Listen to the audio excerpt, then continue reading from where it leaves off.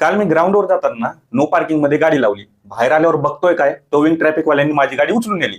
मला वाटलं 200-300 शब्दांचा निबंध लिहिल्यावर गाडी सोडून देतील, कारण पुण्यामध्ये झालेल्या ऍक्सिडेंटमध्ये 2 जण मृत्यूच्या दारी गेले. त्या केसमध्ये 300 शब्दांचा निबंध लिहायला लावला. माझा तर तेवढा मोठा अपराध पण नव्हता. मी फक्त नो पार्किंग मध्ये गाडी लावली होती.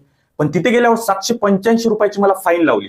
मी कन्फ्युज झालो. मला कळना गेलं 2 जणांच्या ऍक्सिडेंटमध्ये हत्या करणे मोठा गुन्हा आहे या नो पार्किंग मध्ये गाडी लावणं. नहीं सारुण के यहाँ कुछ तो गड़बड़ है, जरूर कोई ना कोई. की अरे तो तर श्रीमंत होता, त्याच्या ओळखी होत्या म्हणून त्याला 300 शब्दांचा निबंध लिहायला लागला. मग मला सांगा, सगळे कायदे कानून गरिबांसाठीच आहेत का? श्रीमंतासाठी वेगळा कायदा आहे का? एक काम करून टाका ना, श्रीमंतासाठी हा वेगळा कायदा असणार आणि तुमच्या गरिबांसाठी हा वेगळा कायदा असणार. हे घोषितच करून टाका. अहो, इथं आम्ही 8-8 तास मजुरी करून घासताय, त्यात आमची थोडीशी चुकी झाली की तुम्ही पार एका दिवसाचा पगारची फाईन मारता आणि तेव्हा तुम्हाला सगळे कायदे कानून आठवतात का? आम्ही गरीब आहे ना, आम्ही कोणापाशी जाऊ नाही शकत ना. आमच्यासाठी चौकीमध्ये कोणता आमदार येऊन उभा टाकणार आहे का? हे आहे आपलं आजचं प्रशासन. यावर तुम्हाला काय वाटते नक्की कमेंट करून सांगा.